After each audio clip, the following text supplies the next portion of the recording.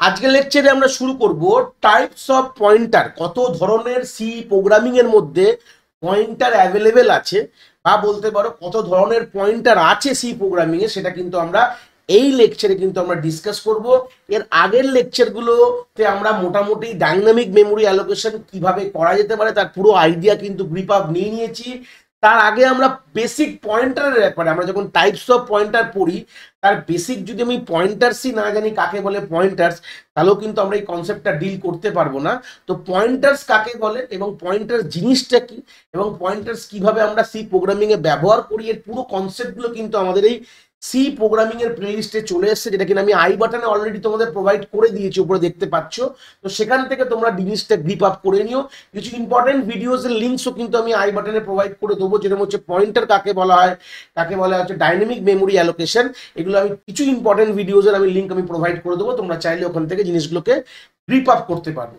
তো সেই সূত্রে দাঁড়িয়ে বেসিক যদি ডিল করা যায় যে টাইপস অফ পয়েন্টার, কত ধরনের পয়েন্টার আছে আমাদের সি প্রোগ্রামিং এ, তোমরা স্ক্রিনে দেখতেই পাচ্ছ যে প্রথমে হচ্ছে আমাদের null pointer, dangling pointer, void বা generic pointer, wild pointer, near pointer, far pointer, huge pointer. এগুলোর গল্পটা একটু বলে দিই।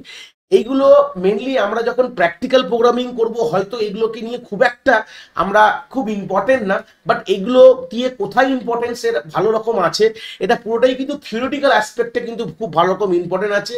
যেরকম হচ্ছে কখনো আমাদের ইন্টারভিউ পারপাসে, আমাদের ভাইভা পারপাসে, বা গেট যারা মোটামুটি এমটেকের জন্য প্রিপারেশন করছো, বা সেট বলতে পারো বা নেট বলতে পারো, তোমরা পিএইচডির জন্য যারা অ্যাপ্লাই করছো, এই পরীক্ষাগুলোর জন্য কিন্তু এখানে অনেক রকম এমসিকিউস প্রশ্ন কিন্তু আমরা এই টাইপস অফ পয়েন্টার থেকে আমরা দেখতে পারবো। এর খুব একটা ডাইরেক্টলি আমরা জেনুইনলি যে আমাদের দৈনন্দিন জীবনে প্রোগ্রাম করার সময় খুব একটা আমরা এটাকে ব্যবহার করি না, কয়েকটা বাদ দিয়ে সবগুলো তো ইউজ করি না। ফার্স্ট অফ অল এই যে তিনটে আজ বিলুপ্ত হয়ে গেছে, বলে দিই যে this three pointers are still now are not exist. এগুলো একটা সময়কার গল্প, যখন আমাদের আগেকার দিনে সিস্টেম আলাদা ছিল, কম্পাইলার আলাদা ছিল, তখন এইগুলো ইউজ করা হতো। এখনকার দিনে কিন্তু এগুলোর কোনো ইউজ নেই, মানে আমরা ইউজই করি না। Practically it can not be implemented. একদম বড় কথা বলবো, practically this three pointers can not be implemented. প্রথমেই বলে দিই, ফার, হিউজ এবং নিয়ার পয়েন্টার। বাট থিওরির যে অ্যাসপেক্টটা সেটাও কিন্তু আমাদের অনেক জায়গায় ভাইভা প্লাস আমাদের বেসিক রকম যে কম্পিটিটিভ লেভেল এক্সামিনেশনে এরকম ধরনের কিন্তু আমাদের কনসেপ্ট এখান থেকে জিজ্ঞেস করে। তো সেই সূত্রে আমরা এগুলো এক একটা ইন্ডিভিজুয়াল সেপারেট লেকচারে ক্লিয়ার করব। প্রত্যেকটি পয়েন্টারের এক একটা ইন্ডিভিজুয়াল লেকচারের আগামীতে আমাদের প্লেলিস্টে আসবে। তোমরা ওখান থেকে জিনিসগুলো individual with the theory practical আমরা জিনিসগুলোকে এক এক করে কিন্তু কনসেপ্টটা কিন্তু ডিল করব। এই টাইপস অফ পয়েন্টার ছাড়াও আরেকটা গল্প আমি এখানে বলবো যে আমাদের অ্যাডভান্টেজ কি। অনেক সময় আমাদের বেসিক ইউনিভার্সিটিতে আমাদের এই প্রশ্নটা চলে আসে, what is the advantage of pointer in C programming. মানে সি প্রোগ্রামিং এ আমাদের পয়েন্টার যে পড়াশোনা করলাম, এই যে এখানে গিয়ে আমাদের পয়েন্টার নিয়ে এত ডিসকাশন করব, এত করে নিয়েছি, এত অলরেডি আমাদের পয়েন্টার ডাইনামিক মেমোরি অ্যালোকেশন নিয়ে মোস্ট প্রবাবলি আমাদের 12 থেকে 14খানা ভিডিও অলরেডি এর আগে চলে এসছে আমাদের প্লেলিস্টে। তো সেখানে এর ইম্পর্টেন্সটা কি, কেন দরকার আমাদের, তা সেটারই কিছু থিওরিটিক্যাল আমরা পয়েন্টস এখানে নিয়ে এসেছি। সেই পয়েন্টসগুলো তোমরা তোমাদের পরীক্ষার হলে, যেটা তোমাদের ইউনিভার্সিটি বেস্ট পরীক্ষায় এই প্রশ্ন কিন্তু অনেক দিয়ে এসছে। প্রথমেই বললাম যে দ্বারা তোমরা যে কোনো ইউনিভার্সিটিতে বিলং করো, ক্যালকাটা ইউনিভার্সিটি বলো কি ডাব্লিউবিউটি বলো, বা যে কোনো ইউনিভার্সিটি যারা তোমরা যেখান থেকেই দেখছো, মোটামুটি এখান থেকে তোমাদের এরকম ধরনের প্রশ্ন কিন্তু তোমাদের ইউনিভার্সিটি লেভেল এক্সামিনেশনে কিন্তু তোমাদের দিতেই পারে। তো সেই সূত্রে দাঁড়িয়ে প্রথম পয়েন্টটা কি বলছে, উই ক্যান ডাইনামিক্যালি অ্যালোকেট এবং deallocate space in the memory at the run time by using pointer. এর আগের ভিডিওটাই যারা দেখে এসছো, আগের যে সিরিজ অফ ভিডিওসে আমরা ডাইনামিক মেমোরি অ্যালোকেশনের কথাই কিন্তু এখানে বলছে যে পয়েন্টারের সাহায্যে আমরা ডাইনামিক ডিএমএ লিখলাম। এখানে ডাইনামিক মেমোরি অ্যালোকেশন, ডিএম এর আরেকটা গল্প আছে, তোমরা ধরে নেবে না।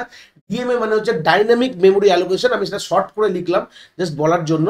তো ডাইনামিক মেমোরি অ্যালোকেশনে কিন্তু আমাদের পয়েন্টার খুবই সাহায্য করছে আমাদের রান টাইমে মেমোরিকে অ্যালোকেট এবং ডিঅ্যালোকেট করার জন্য। তো এটার কনসেপ্ট অলরেডি আমাদের চলে এসছে। এর আগের লেকচারসগুলো তোমরা চাইলে এই প্লেলিস্টে গিয়ে ভিজিট করে তোমরা দেখতে পারো, কোনো অসুবিধা নেই। নেক্সট পয়েন্ট কি বলছে, using pointer we can return multiple value from a function. এটা খুব ইম্পর্টেন্ট জিনিস।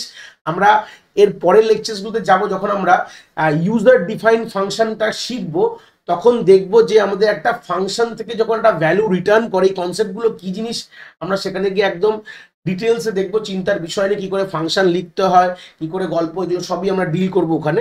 তো সেখানে একটা বড় ইম্পর্টেন্ট পয়েন্ট থাকবে, ওখানে আমরা দেখবো যে ফাংশন থেকে যখন আমাদের মোর দ্যান ওয়ান ভ্যালুকে রিটার্ন করতে হয়, ঠিক আছে, যে ফাংশনটা কল করেছে, তো তখন আমাদের কিন্তু আমাদের এই পয়েন্টারের কিন্তু সাহায্য কিন্তু খুবই লাগে। নেক্সট পয়েন্ট কি বলছে, we can pass array to a function as by call by reference। এই কথাটার মানে কি, এটা ফের এই ফাংশন নিয়ে কথা, ইউজার ডিফাইন ফাংশনের একটা খুব ইম্পর্টেন্ট বড় পয়েন্ট, যে আমরা অ্যাজ আ প্যারামিটার যদি কোনো অ্যারেকে অ্যাজ আ ফাংশনে পাঠাই, এই গল্পগুলো হয়তো তোমাদের শুনতে একটু কিরকম লাগছে স্যার, এই গল্পগুলো তো এখনো মাথায় ঠিকঠাক ঢুকছে না, চিন্তার করার বিষয় ব্যাপার নেই। আমাদের এই পয়েন্টার শেষ হওয়ার পরেই, টাইপস অফ পয়েন্টার শেষ হওয়ার পরেই কিন্তু আমরা ফাংশন নিয়ে ডিল করব, তখন আমরা এই জিনিসগুলো একদম ক্লিয়ার হয়ে যাবে, চিন্তার বিষয় নেই যে আমরা প্যারামিটারে ফাংশন কি করে পাঠাচ্ছি অ্যারেকে, আর অ্যারে মানে ফাংশন থেকে কি করে মাল্টিপল ভ্যালু আমরা আসছে, এই সবগুলোই আমাদের পয়েন্টারের সাহায্যে হয়। সেগুলো সব নিয়ে ডিল করব, একদম চিন্তার বিষয় নেই, একদম জাস্ট এখান থেকে কনসেপ্টগুলো নিয়ে নাও, যখন পরবর্তীকালে ওটা দেখবে তখন তো ক্লিয়ার হবে, প্লাস এগুলো তোমাদের লিখতে হবে পরীক্ষায়,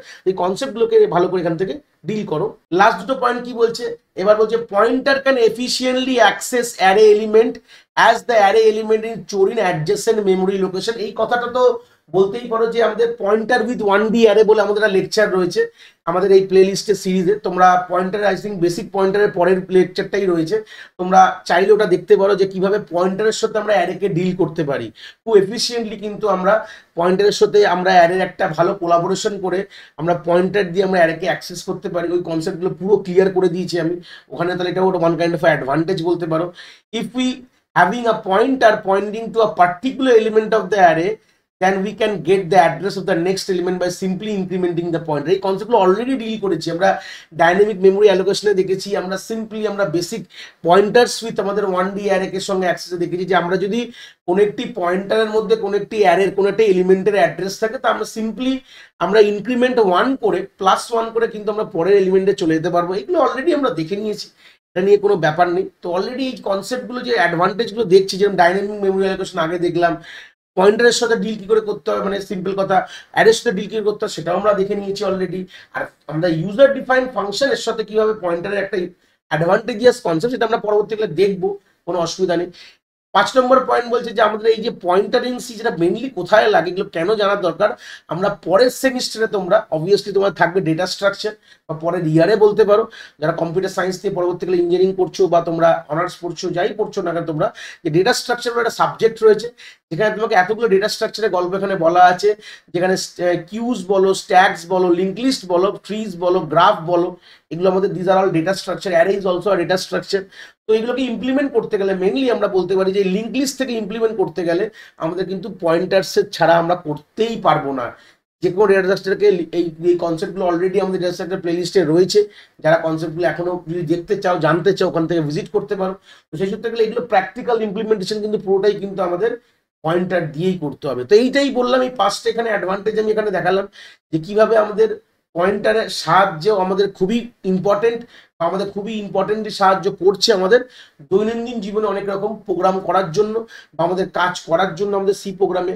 তো এই ছিল বেশি একটা আইডিয়া কিভাবে আমরা অ্যাডভান্টেজ পাচ্ছি পয়েন্টার, প্লাস আমাদের কত ধরনের আমাদের পয়েন্টার হতে পারে, যেটা কিনা পরের লেকচারে স্টেপ বাই স্টেপ সবগুলো কিন্তু আমি ক্লিয়ার করব। আশা করি তোমরা কনসেপ্টটা কিন্তু খুব ভালো করে বুঝতে পেরেছো।